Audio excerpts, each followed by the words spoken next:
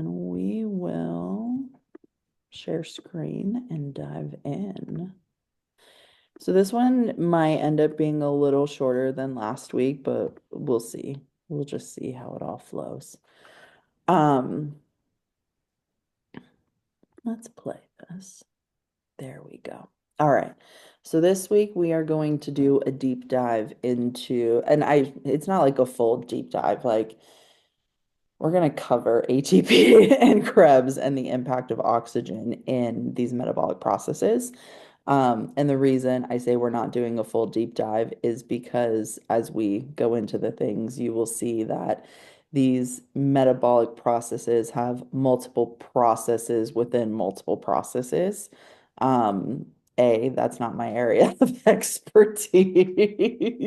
And B, really what I want to be conveyed through these lectures is not necessarily the retain this information, regurgitate it back on a test kind of thing, but more for your body to have an awareness of these processes, meaning our mind logically, right, doesn't need to know that something is happening, but even just as we speak to these elements that unfold, can you feel that in your heart? Can you feel that happen in your body to start to have an energetic, excuse me, there's a ton of flies in here, an energetic experience with that metabolic process without fully knowing what it is?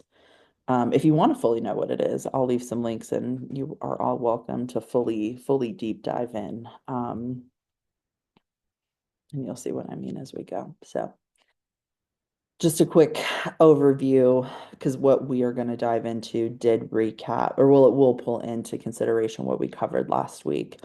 So last week we did cover that HPA axis that is going to release cortisol. We covered SAM that's going to release adrenaline, structure of a cell, its components, reactive oxidative stress, how that, you know, stress response cycle when we don't actually get to mobilize the glucose and the energy, the paradox of that. And how that can lead to chronic cortisol and those different aspects. So this week we're going to kind of do a deeper dive into the ATP process, which is going to include that Krebs cycle. And the reason for this is because ATP is the energy that is used by organisms in daily operations, and it is needed literally every single second by cells, whether you are awake or you are asleep. This ATP, known as adenosine triphosphate, is what we use. And so if that's not available to us, right, again, we've been taught to look at medical and mental health symptoms as the cause of something, right? Or the diagnosis is the cause and the symptoms are the effect, when in all actuality, the cause is a decrease in energy or availability of energy or, something happening within the processes of how this energy is metabolized. And the outcome and effect are these bodily responses that we have labeled as symptoms. So one thing I just want to cover again before we hop in is that concept of metabolism. We've been taught again traditionally that metabolism is how fast our body digests food, right? So if someone's really thin, they have a fast metabolism. If not, their metabolism has slowed down. And while that can be true to some degree, potentially, that is not the whole truth in any way, shape, or form. Because metabolism is the body's capacity to, period. So rather than looking at ATP even just as energy, begin to see it as transferable potential that this metabolism converts, right? Metabolism is the ability to convert energy, to move it. You'll see as we go through the ATP cycle how something becomes something else. Um, and so I'm curious before we even hop in, this inquiry at the bottom, what else did you learn last week, right? Whether it was in lecture or, that you experienced that reinforced this concept of input generates output. So if either of you have an answer, you're definitely welcome to share. It can be a rhetorical question too. It's completely up to you guys today. But if you're watching this as a recording, I would definitely recommend to just pause and write a few things down. Um, that reinforce this knowledge and learning of input generating output. Do either of you have something that you want to share? If not, it's totally okay. I think something that was cool that we learned last week was just around like, I forget the term you use, like low grade cortisol or something along those lines, and how that creates the oxidative stress, which then kind of can cause Mhm. inflammation in the body. We talk about thyroid and so forth. So it's just really nice to like, in some conversations with friends, specifically talking about thyroid challenges, it was cool to kind of think back to what we spoke about last week and how it is not just this like the skeleton system, not just the vascular system, like how it's all so interconnected. So I thought that was really cool in terms of input output. Yeah, no, that's a perfect example of it. And those are multiple inputs and multiple outputs, right? So even again, just being able to hold in that awareness, input turns into output, and that output is still an input for something else, right? Just because that output exists as an output doesn't mean that it stops there. Katie, I know you're driving, so I'm no need to, yeah, unless you at some point want to say something. I know your hands are busy right now. I want you to pay attention to the road. Um, so just kind of again going into ATP, there's the molecular structure for it. ATP is, and I might be saying this wrong, adenine, which are nitrogen bases, ribose, and three phosphate groups. I found this really interesting since it's found in all forms of life. What I found the most interesting was this is the molecular unit of currency. That's how they refer to it in various scientific communities. And I just paused for a minute in like the greater, whether it's depathologizing or just looking at, cultural aspects of what we've been taught. And when we think about what our currency is, right? Paper notes, Federal Reserve notes, and the, you know, cultural aspects of going to work, getting as much of that as you can, even if getting that impacts this, right? This is the molecular unit of currency. Like this, to me, when I saw that, I was like, oh, this is the real currency we should all be focused on, right? It may not buy you the thing, but if you have it, do you need to buy the thing? Ultimately, something just to consider. So ATP can become ADP and AMP. Again, another example of metabolic conversion. These pieces will come in at the end when we talk about the electron train transport. Um, and there are just going to be some pieces as we go where certain processes can regenerate ATP on its own. So you'll see a lot of different ways in which this can get broken down. Excuse me. The reason for this is because the second and the third phosphate groups, when they come into contact with this process called hydrolysis, right? And hydrolysis is basically a compound reaction that can break compounds down into smaller compounds when we add water. You'll see that at the end. And at that point, I do want to just kind of invite a different framework and lens for even just looking at our existence. Because there's been a lot of synchronicity just around water. And so we'll dive into that at some point today. So ATP is primarily produced through cellular respiration. That's what we're going to focus on for a majority of today. The purpose of this is to break down glucose into usable energy. So how we were speaking to that, reactive oxidative stress and even just the metabolism of, more stress and more stress if that mobilization doesn't happen. We're going to look at it in a couple different components today. The cellular respiration is one metabolic pathway to make ATP. There are other ones. We're not going to go into those today. But if you wanted to look into beta oxidation, that is when lipids, proteins, are broken down into usable energy. Ketosis is another one. So when people talk about going on a keto diet, they're cutting out carbs, and this ketosis is actually a way for the body to create alternative energy without the glucose, right? Because typically that glucose is going to come from carbohydrates in some way, shape, or form. So those two pieces, if you want to look into those separately, I'll throw some links into week two. Again, we won't cover them in here, but if you want some extra information on those are other ways ATP and energy can be made. But the cellular respiration, this process in itself is broken down into three additional processes. We have glycolysis, Krebs cycle, and the ECT, oxidative phosphorylation. I'll probably just refer to that as ECT because that last word gets me every single time. But even this glycosis, it's a 10-step process. Again, we're not going to go over in depth each stage, but what I want you guys to see and to connect with is where it occurs, to an extent how it occurs, and again, that input becoming an output, output becoming another input. So if you remember last week, we talked about, structure of a cell, every single aspect of the cell being involved in some way, shape, or form in this process of creating energy. So this glycolysis is actually going to occur in the cytoplasm of the cell, so that jelly-like substance in the middle. Um, and it is going to break down pyruvate. And so this pyruvate in itself is going to produce a small amount of ATP, and it's not going to need oxygen to do that. The next step in the Krebs cycle, you'll see this pyruvate output is necessary because it will be the input action to begin the Krebs cycle. Um, in cells, so not all cells, and I didn't mention this last time, not all cells are structured in the same way. That structure that we spoke about, right, is a majority of our cells. But not every cell is going to contain mitochondria.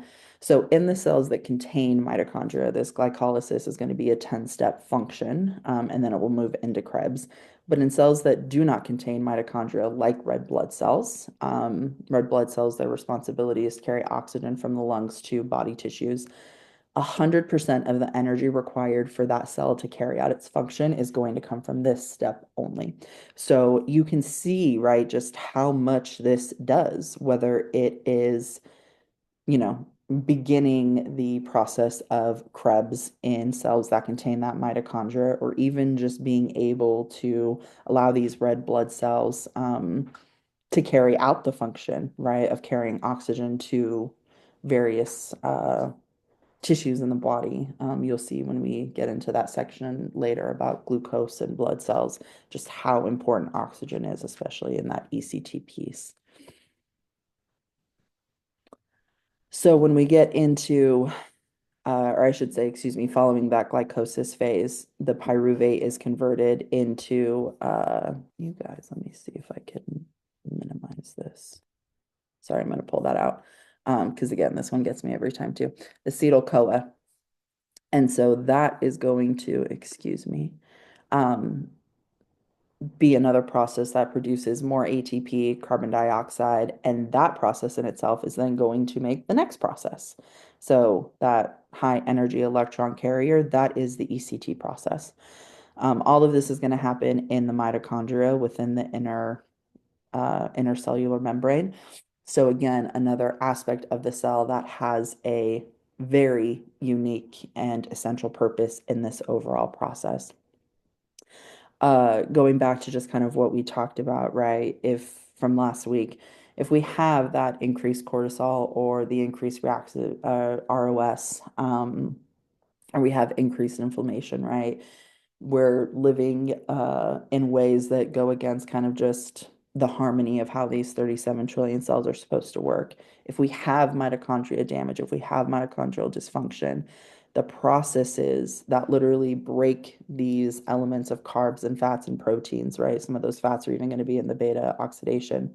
They're not going to be able to transmute that said input into reliable energy. So again, you're going to see these breakdowns of input to output, output becoming input to next, right? Where if we start to, again, take that lens of the symptom, right, not being the effect of the diagnosis, but being the effect of a breakdown in something that's happening within us and how these cells are communicating, how much more choice and agency do we actually have in working with that entire system? So this oxidative phosphorylation is going to be the final step in creating a vast majority of that ATP. And again, this is going to be in that inner mitochondria membrane. As electrons move through this chain, um, I mentioned at the beginning, right? ATP can break down into ADP and other other elements that can even then be recycled back into ATP. So you're going to see this aspect happen here at this point. This is where that water element is going to come in because this process of using the electrons to move the chain is going to require oxygen. So if you recall that first part of glycolysis, some of these words get me every time. Um, you don't need oxygen for those red blood cells, but oxygen is needed in this one, right? This oxygen, which acts as that final electron acceptor, is going to form water as a byproduct. And so, again, not necessarily conceptualizing the step by step of how these things happen, right? But again, looking at input, output is input, something to also take into consideration. Because as I broke some of these things down, I found it very fascinating that whether it is the electron chain transport, right, which literally is using electrons to move energy, right? We have a an energy conduit there. Water also acts as an energy conduit. So, how many aspects of us, if we think about traditionally, right, how electricity runs through our homes when we turn lights on, we've been taught in a variety of different ways that we don't move energy, but we actually do, whether that is the creation of ATP or even looking at how water is formed within us. We'll keep going with the water element. Like I said, there's a lot of different pieces of water that come into this. Um, and so again, just throughout this process, right? Very simply stated, you're going to have mitochondria convert different chemicals and inputs into glucose and oxygen for usable energy in the form of ATP, and that's going to be used in various functions for growth, repair, maintenance. Again, this ATP is something that's used in every second, right? Whether we're engaging with something or even if we're sleeping, right? There's a ton of bodily processes that occur as far as repair,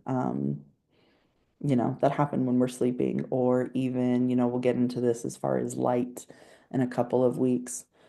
That sun is our master regulator. So when we see the light and the sun come up, that informs all of our cells to start processes that are supposed to occur throughout the day. And then as we watch that sun go down, that informs our cells even to prepare for rest, right? To prepare for this repair and maintenance that happens while we are sleeping. Darkness or the absence of light in itself is an input that has various metabolic processes that come with receiving that input. So when we start to really work with these laws and functions, we're going to see incredible ways how healing is always going to be available to us because the process of our body is always healing, right? We're always in repair, we're always in maintenance. I remember, this was maybe like a month or two ago. I think it's called julienne, but I was like cutting carrots on this slicer thing and I took off like a whole chunk of my thumb, yeah, it was my thumb. That's what it was. And I remember my partner at the time was like, let it, like, I know you want to put a band-aid on it, like for all day, every day, but like, let it breathe. Try not to have a band-aid on when you sleep. And I was like, you're crazy. What do you mean? And then as I kind of really thought about it, I was like, oh, well, yeah, that's, the air is an input, the darkness is an input, right? All these different things are going to feed what that cell needs so that these processes can make ATP for this growth and repair. And now my thumb is fine, right? And I think I had a band-aid for 2 days. But I remember taking the band-aid off at first and I was like, oh, this doesn't look good. And even the not looking good is part of that repair process, right? We sometimes, think like, oh my gosh, that looks terrible, something's wrong with it. And really it's not, because it's literally part of how the healing process works. We've just been conditioned to look at things in certain lenses. And if we take those off and we just see the totality of what's available, it changes things entirely. So when we talk about ATP and, ROS and the cortisol and all of those pieces, one of the elements that comes into play, right? We talk about glucose in those areas. Blood glucose or blood sugar is the primary sugar found in the bloodstream, and it serves as the body's main energy source derived from food.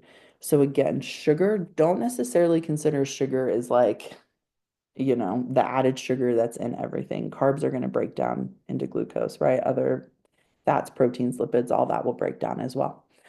But this is important because traditionally what we've been taught about mood is completely separate from our blood sugar.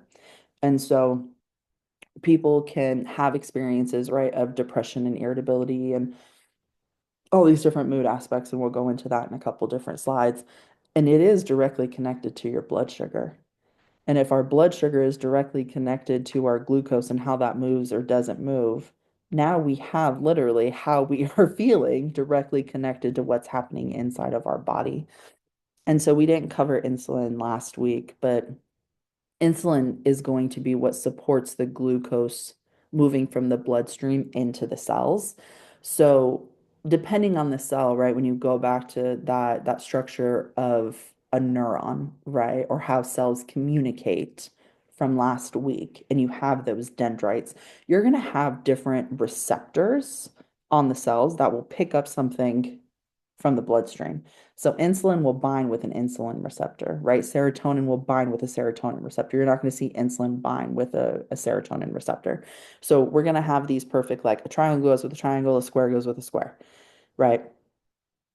Ideally, right, that insulin is going to bind, as we saw in the cellular respiration, energy is going to be created through that process. Once this glucose moves into the actual cell, it will go through those processes in the cytoplasm and the mitochondria will have ECT form at the end. We'll add in that oxygen that will become an output for something else in the body to keep functioning. I have this little thing here at the bottom, and excuse me, I'm going to speak to this and then hit this tab so I can read that because I didn't take separate notes. Our blood is 75 to 83% water. When we look at our blood plasma, that is 90 to 92% water. I don't know if you guys can see the little box, but I'm going to read what it says. Because like I said, I didn't take side notes. So the difference between blood and plasma is that plasma is going to take in the liquid component of the blood, but it's going to be everything. It's going to have red cells, white cells, platelets. The plasma is, like I said, 90 to 92% water, and the plasma is going to be what carries nutrients and hormones and proteins. This is what is the most helpful for like clotting and immune functions and different aspects of how, again, our body works and forms. And the reason I invite this conversation of water in, it's multifold. When we can start to see and sense, right, that we are, excuse me, soul, living, breathing, life force energy. For those that watch the etymology video from Office Hours last Friday, if you look up the word soul, and the origin of that word means returning from or belonging to the sea. What if what we are returning to is the water inside of us? What if every choice that we made in our day to day, rather than asking, how is this going to make me feel? How is this going to impact the thing I do next? What if the question we asked was, how does this choice impact the water inside of me? Because again, when we look at mental health, right, or we look at anything medical, most of the time, the way that diagnosis happens is through blood testing. What's in the blood, what's not in the blood. And so, if these diagnoses are directly connected to our blood chemistry, right? And the water inside that blood chemistry. I pulled out this beautiful book, and I think we are going to read this next month for book club. I love it so much. There's actually a page in here, and I'll take a photo of it and upload it and put it into the Google Drive for the other resources. But basically, this gentleman, Masaru Emoto, studies water through the lens of frequency and vibration. So he'll expose water to words like love and gratitude and beautiful music and just amazing things, prayer even. And then he'll expose it to things like the word hate or evil pictures or negative thoughts and things of that, right? And you either get these beautiful crystals or you get these just like, it looks like a toxic lake almost. Right. And one of the photos in here that I apologize if you can hear the dog in the background. That's not my dog, although my dog is coming out now because she hears the other dogs. Um, there are photos in here of water in the presence of a computer and a television, and it changes the entire chemistry of that water. It is phenomenal. Um, I cannot find it right now. I will look for it later. But again, I bring this all back because, and I mean, even a healing journey that I went on Saturday, she was saying like, drop into the water and let the water carry you. Like, find the stillness in this lake. And most of the time, we'll go to a visualization, right, of our body floating in a lake, letting that water be supported. What if it was our soul dropping into our own blood chemistry? What if it was our soul living in the water that is the thing that helps this physical form stay alive? Again, I go back to that question of how different would our choices be if rather than asking, how does this make me feel? How does this impact the water chemistry in my body?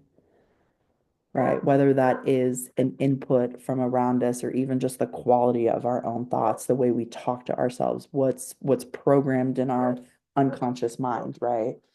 Because our thoughts even, we may say like, oh yeah, I like myself. But if you are just saying that to avoid something uncomfortable, what you're actually avoiding is the thing that's permeating said energy. So just some food for thought. But I'll find those photos and I'll take pictures, I should say, in the book, and I'll upload those as separate things. But I just wanted to highlight that because that blood piece is just, and the water aspect is just so profound. Because again, when we can see those elements within us and recognize that hydrolysis is water creating energy, how much more can we take care of the water inside of us than to create our own energy? Um, Again, I have notes on this slide. I think this is the last one, so I'm going to keep it in this phase. So going back to that metabolic process of blood sugar, okay, insulin is supposed to bind to the insulin receptors to support the movement of glucose into the cell for that facilitation of ATP to happen. When we have those high levels of ROS in our bloodstream, though, that ROS is going to impair the insulin function by promoting insulin resistance, which essentially means in a couple of different ways this can occur. Either the insulin, right, receptors are not going to be able to take something in. We talked about, last week, even the energy won't come in if that mitochondria is being overwhelmed, right? So if ATP levels are already high inside of the cells, meaning muscles aren't using that energy, so we have too much. If the mitochondria are overwhelmed or damaged in any way, the insulin that's running through this bloodstream is not going to bind to the receptors because the binding of that receptors is going to be the invitation of that to move into the cells to generate the next steps of the process. If those processes are being informed that there's already something there, it's not going to happen. Right. In the same way that if we take in, vitamin D supplements and don't allow our body to make vitamin D naturally, we're teaching our body that we don't need those systems because why would we overmake something? It doesn't make sense. It doesn't make sense to the body. If I'm getting this every day, I don't need this system to do what it needs to do. But what happens if we don't practice those systems, right? That's another conversation for another day. Um, But going back, if we have those high levels of ROS in our bloodstream, that's going to, like I said, impair with that insulin resistance. Or it's going to promote insulin resistance, excuse me, but that ROS again is going to impair mitochondrial function, again, impacting the ability for the cell to turn over that energy. I already talked about that in the last slide, so we're good there. And again, we see this paradox, right, that we saw last week with this glucose insulin resistance, right? Because if we are not moving said energy over into the cell, what's going to happen? That same process. We have stress hormones, right? This cortisol. Because if you recall, cortisol and the HPA axis can occur without SAM, right? So sometimes people just lump like, oh, our stress hormones, cortisol and adrenaline, yes, are both stress hormones, but they do not have to come together all the time.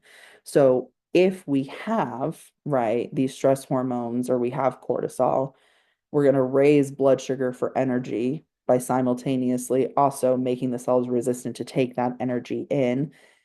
Now we have a consistently raised blood sugar, right? And this is going to lock the body into a cycle of fatigue, high blood sugar, fat storage. And what that ends up being called is type 2 diabetes. So when we have these elevated cortisol, right, that's gonna trigger the liver to release stored glucose into the bloodstream. Um, that is one of the, what's the word I'm looking for? Natural responses of our flight, literally of our fight or flight response.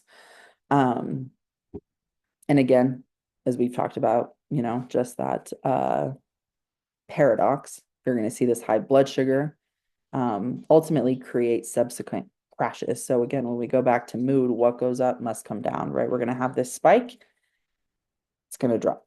We're going to have this spike to trigger more, we're going to drop. And so through this chemistry, right, in a way, shape, or form, we're actually creating a self-perpetuating cycle of stress and high glucose. Like I mentioned, that will lead to a diagnosis potentially of type 2 diabetes.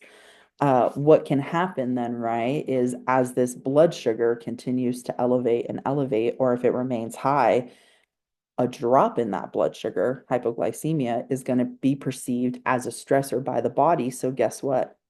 Now we need to release more cortisol. That stressor is going to come in. We're going to create that stress response cycle. We've got cortisol and adrenaline to raise these blood sugars. And that's where we're going to feel a level of irritability and shakiness, right? Irritability and shakiness. This can look like anxiety. This can look like bipolar 1. This can look like a manic episode, right? Um, this can also translate into a number of other, medical diagnoses. Um, but again, because of this rise and fall and paradox of input, output, what is the input? How does this work if the body is being overwhelmed?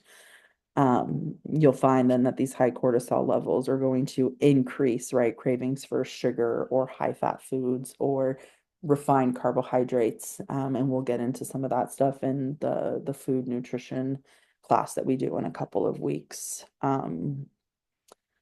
Yeah, we'll talk about those pieces then.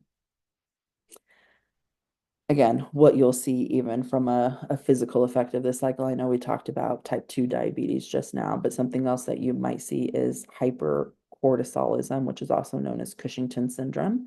Um, so again, this increased cortisol, right? Especially if it's chronic, you're going to notice more abdominal fat storage because the body is in a state of, I need to hold things.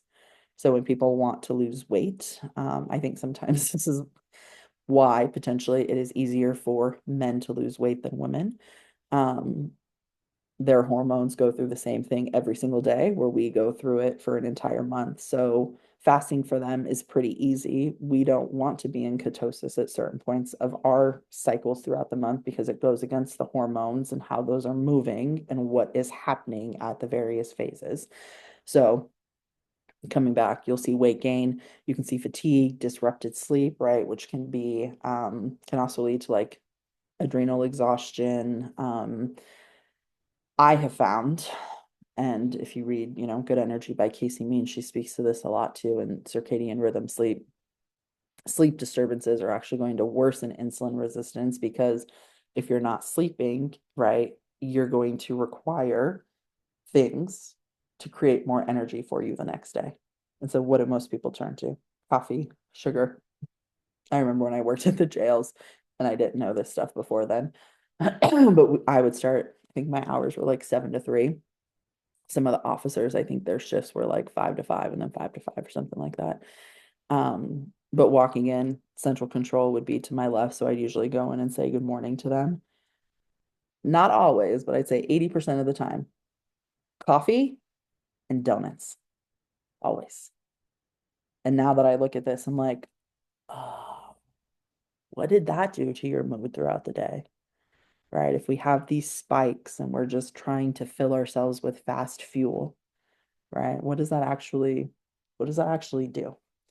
So again, just some different pieces here. This was the slide that I was referring to about mood. And I know I mentioned a couple pieces a couple slides back, but our mood does run downhill of these metabolic processes, particularly our blood sugar. So if we have this low blood sugar, right, this hypoglycemia, we can have and notice, irritability, confusion, nervousness, maybe even hangry feelings, right, where we're hungry, but it's coming across as angry. Maybe there's even in that anger behavioral pattern that if you act a certain way, gets you what you want faster, right? So there are different behavioral pieces that we can look at in this, but for this aspect, that low blood sugar can create some of those irritability, confusion, nervousness, worry, those types of aspects. Again, from last week, noting, right, if these cycles continue, the energy has to move somewhere. So it's going to go to the quality of thoughts. And we'll talk about this next week because the body takes a bottom up, back front approach. So our thoughts, our cognitions actually come after the body brings in 7 other pieces of information. And we'll dive into that stuff next week. High blood sugar, you can notice chronic fatigue, which can look like irritability, lack of focus, other depression-like symptoms. Again, you see this vicious cycle of stress raising cortisol, increasing blood sugar. That can even further disrupt mood, right? Like maybe you're doing, you're on a long road trip or you're flying, right? And these things happen. And now we have an external stressor in addition to an inner stressor because of all the ways in which our body is metabolizing information, including the information inside of us. Um, and just again, long-term impact, you're going to see, right, a lot of this instability linked to higher rates of depression and anxiety, maybe even other mood disorders, particularly in individuals with diabetes. We see a lot of co-occurring disorders. Typically co-occurring means substance use and psychiatric, but co-occurring can also be medical and mental health, right? So when those things come into the picture, how much of the mental health aspect is actually something metabolic or medical that field just hasn't been taught to look at through a certain lens. Um, any questions so far? We're going to go into a couple demonstrations in a little bit, but any questions so far? I realize this has been more me talking than anything.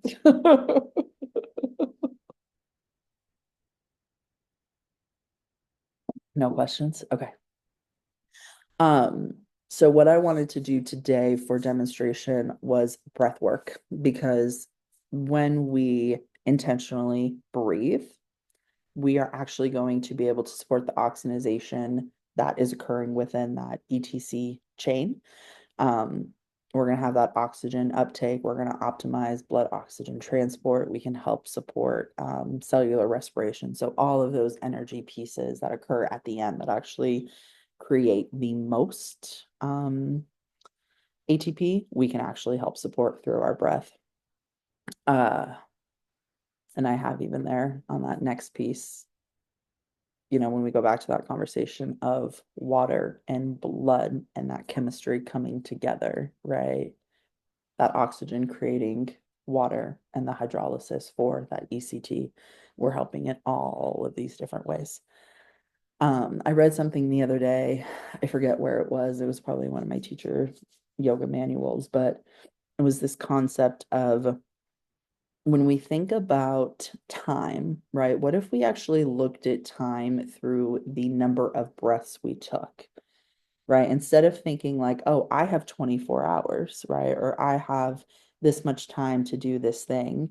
If you were instead to consider how many breaths do I have for it, right? How we tend to be, and this has to do with posture and a lot of other facets as far as lifestyle.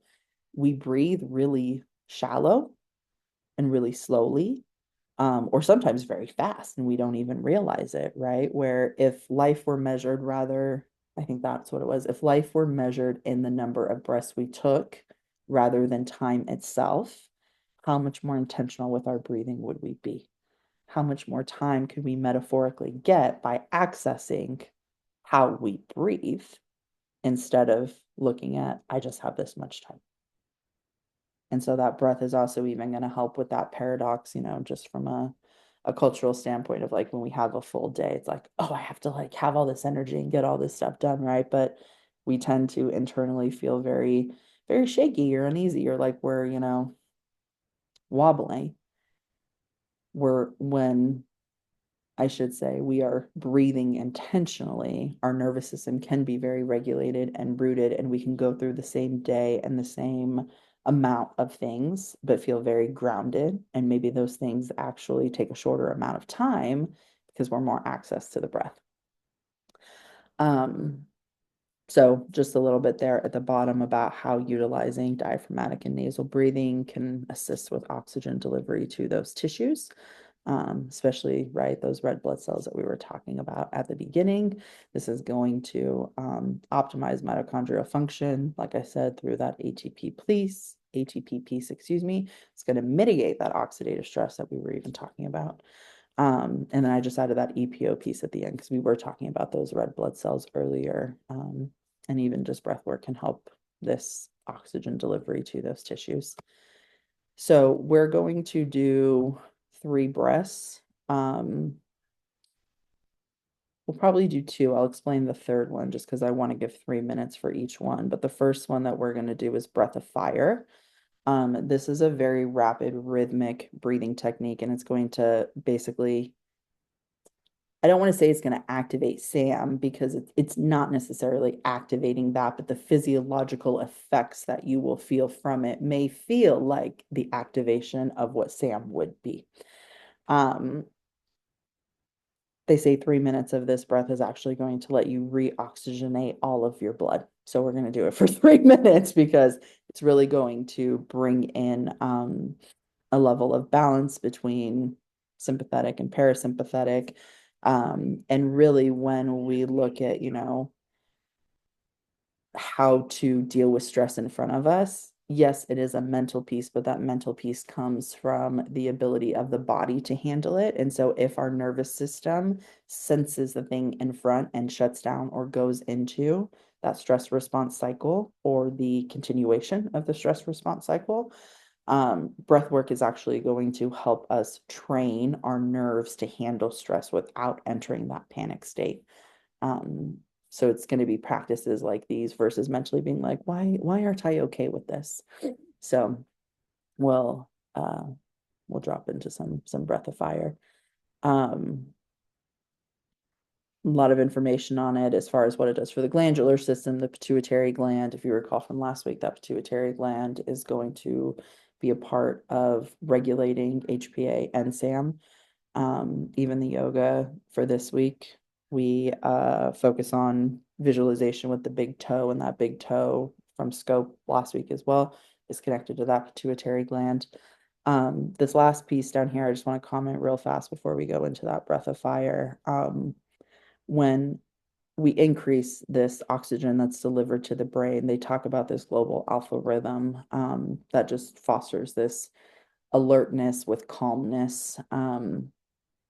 And for those that have read The Awakened Brain by Lisa Miller, one of the things that she speaks to in her research is connecting to alpha brainwave states. A lot of her work goes back to spirituality being, from a neuroscience standpoint, something that really helps us not just prepare for and defend against, but fight depression and other mental health symptoms, simply because we do have uh I'm blanking on the word, but there are parts of our brain chemistry that are geared towards that spiritual connection. And what she connects that to is this alpha brainwave state, which you can find literally everywhere in nature. So I just kind of wanted to ping that connectivity for those that have read that. It might just be another level of embodiment for those that have not read it. I would definitely recommend reading it because she's fucking amazing. Um, so we'll do 3 minute breath of fire demonstration. That'll be an activating one. And then we'll just do left nostril breathing. That's a cooling breath.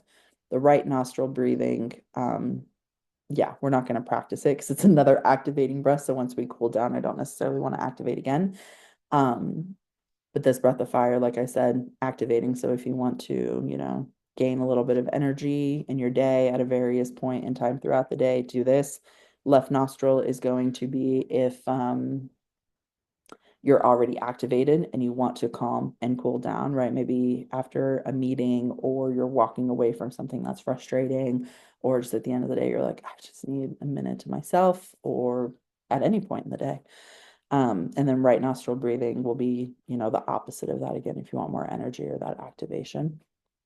So we'll do just a little demonstration of both. We'll do breath of fire for 3 minutes, and then we'll do left nostril for 3 minutes. And we'll do questions at the end. I'm just pulling up my timer real fast. So breath of fire, think of it like a dog panting. You're going to pay attention to the exhale, and the inhale is just going to happen naturally. So it might be helpful to start with literally like panting like a dog, like sticking your tongue out.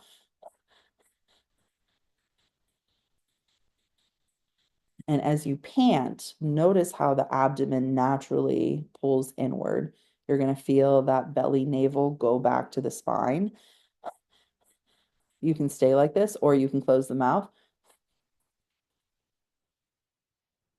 and do it out the nose. Um, and again, that inhale is just going to happen naturally because we're paying attention to the exhale. So I'm going to start a timer for 3 minutes, and we're just going to do some breath of fire for 3 minutes. If it's helpful, you can put your belly or your hand, excuse me, over your belly just as a reminder to pull that navel in.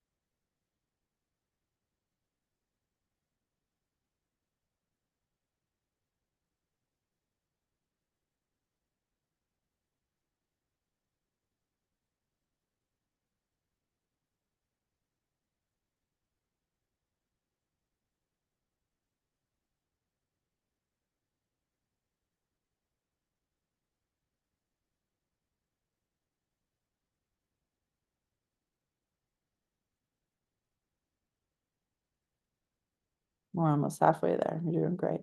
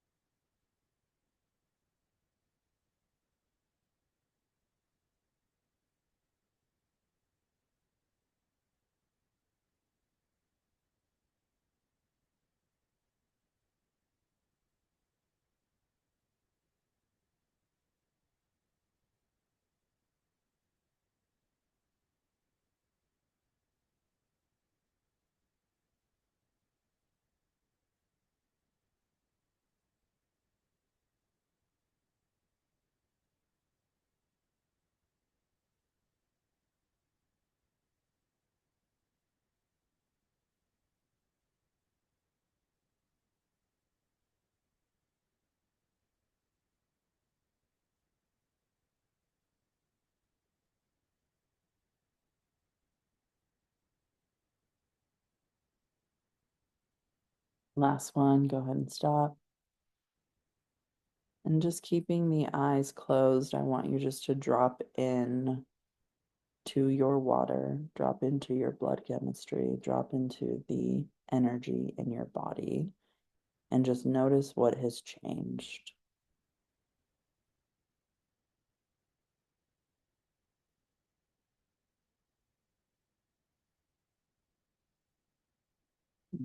Slowly blink the eyes open.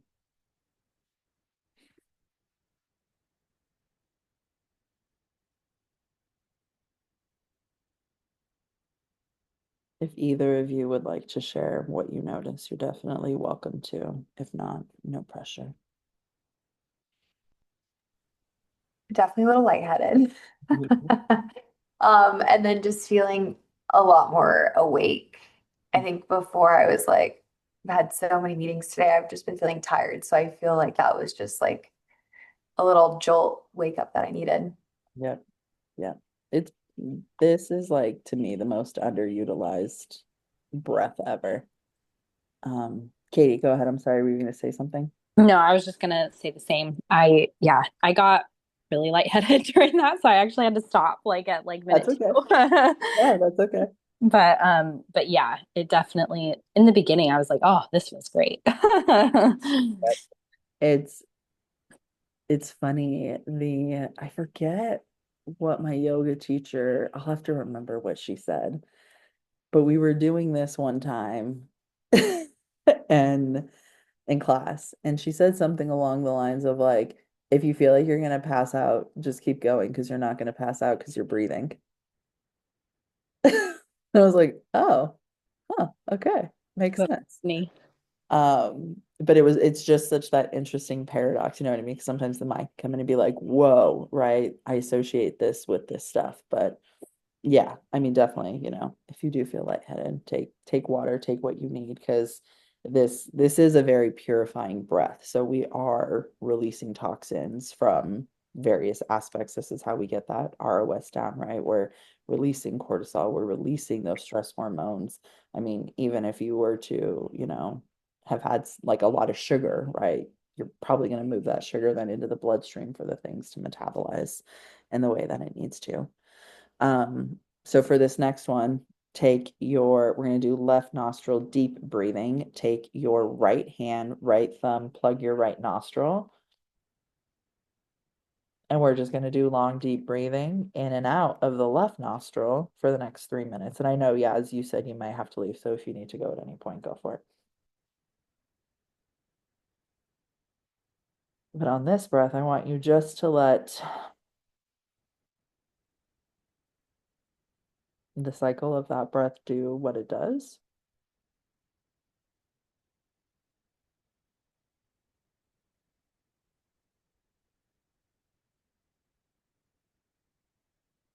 And the invitation is, can you stay with it through the entirety of the inhale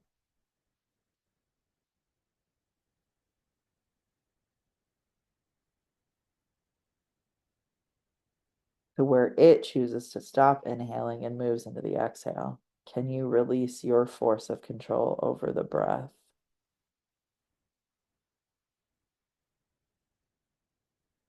And can you stay with that exhale, even if there is a slight pause before the inhale begins naturally? Can you stay with that pause as well?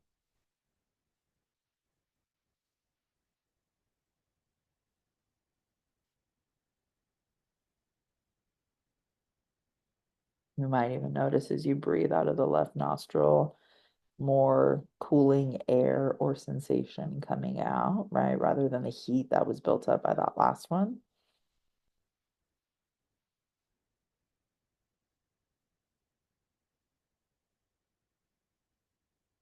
You have another minute and a half left.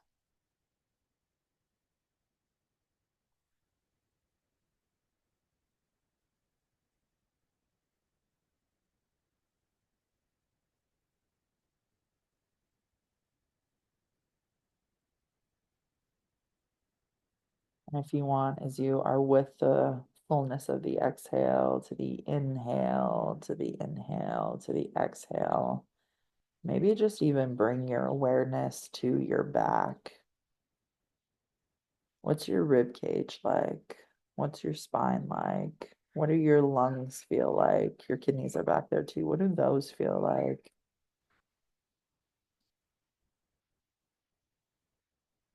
As we lengthen the spine and grow a little taller, do we notice that there's more space for this breath?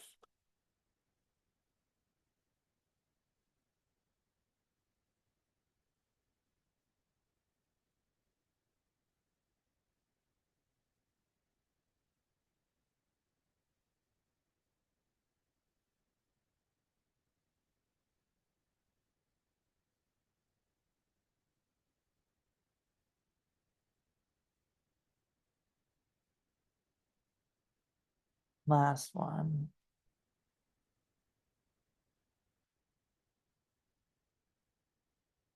And again, just keeping the eyes closed.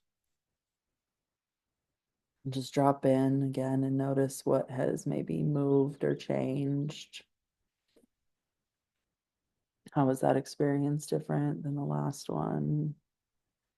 What's different now as a result of that?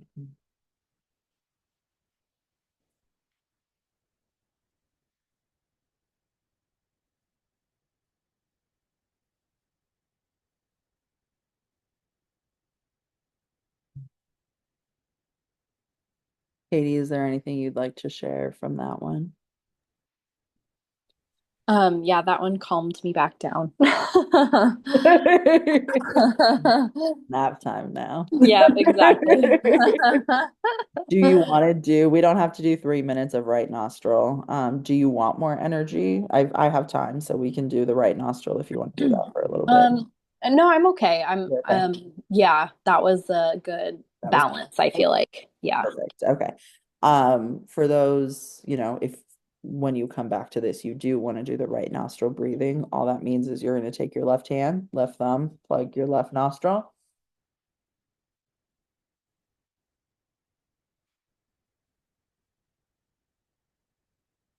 Same thing on the right side.